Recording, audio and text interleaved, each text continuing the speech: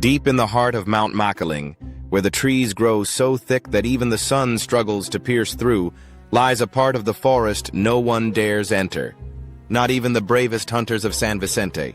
The villagers call it Gubat ng mga Anino, the forest of shadows.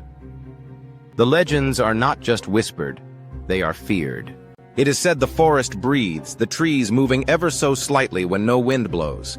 Roots twist and shift like slithering snakes beneath the soil, and the air itself seems to pulse, as though the land is alive and watching. The villagers tell of an ancient curse, that once you enter the Gubat ng mga Anino, you are never truly alone again.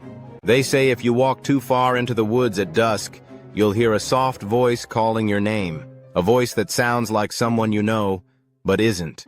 Renato, a young man from the village, scoffed at these tales. Superstitions, he muttered, meant to scare children.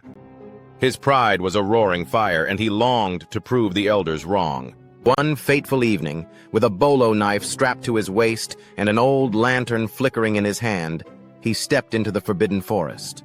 The moment he crossed the threshold, the air thickened. Every step felt heavier, the silence unnaturally loud. The trees seemed to lean inward, their branches arching like bony arms reaching for him. His lantern's flame shivered, casting long, dancing shadows that didn't always match his movements. Then a soft voice broke the silence. "Renato?" It was his mother's voice. His heart thudded against his ribs. His mother was back in the village. This he knew. Yet the voice was perfect, tender, and familiar. "Renato, come home. It's getting dark." He gripped his bolo tighter, his knuckles whitening. His mind screamed at him to run, but his pride forced him to press on. The voice changed. "Renato, it's me. Elias, come here. I found something." It was his best friend's voice now, but hollow, lifeless, as if someone was wearing Elias's words like a mask. The sound came from behind a massive ballet tree, its roots gnarled and twisted like claws digging into the earth. The tree seemed older than the mountain itself, its bark pulsing ever so slightly as though it had veins.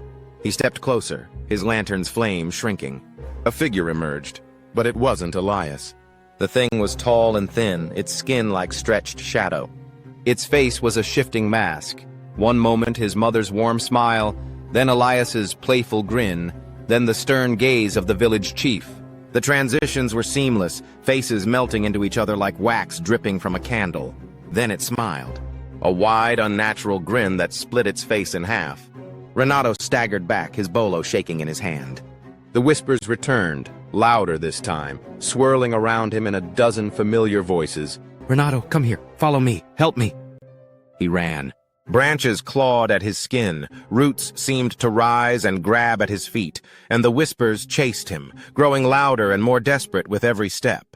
Finally, he broke through the tree line and collapsed at the edge of the village. The whispers stopped, and the forest fell deathly silent once more. When the villagers found him, Renato was a broken man. His skin clammy, his eyes wide and bloodshot. He never spoke of what he saw again. His once jet-black hair was now streaked with white, a cruel reminder of what lurked in the Gubat ng mga Anino. From that day on, no one dared step foot in the forest of shadows. Because the villagers now understood one chilling truth. The trees weren't the only things that moved in the deep woods. If you enjoy deep in the heart of Mount Makiling, where the trees grow so thick that even the sun struggles to pierce through, lies a part of the forest